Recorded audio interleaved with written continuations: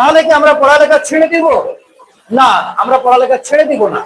এটা অঙ্কের মতো, একেবারে অঙ্কের মতো সহজ সমাধান দেওয়া রয়েছে। যদি কেউ আমরা বোঝার চেষ্টা করি, মাত্র কয়েক ঘন্টা যদি আপনি কোনো একজন সদ্গুরুর কাছে বসেন, পুরো সনাতন ধর্ম সম্পর্কে আপনার ধারণা তৈরি হয়ে যাবে।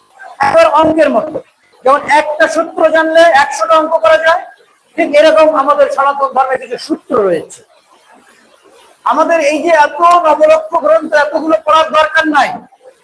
শাস্ত্রে আমাদের 14টা শাস্ত্রের কথা বলেছে, মাত্র 14টা শাস্ত্র।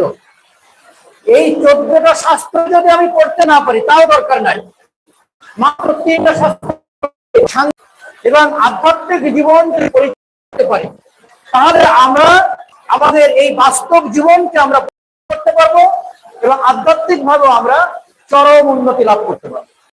এই 3টে গ্রন্থ, একটা হচ্ছে পবিত্র শ্রীমদ্ ভগবদ গীতা, যেটাকে আমরা বলছি স্মৃতি প্রস্থান।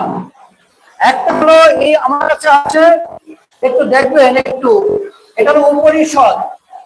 উপনিষদ হচ্ছে সমস্ত বেদের সার তত্ত্ব। এই উপনিষদ প্রত্যেকটি মানুষের জীবনে একবার হলেও পড়া উচিত।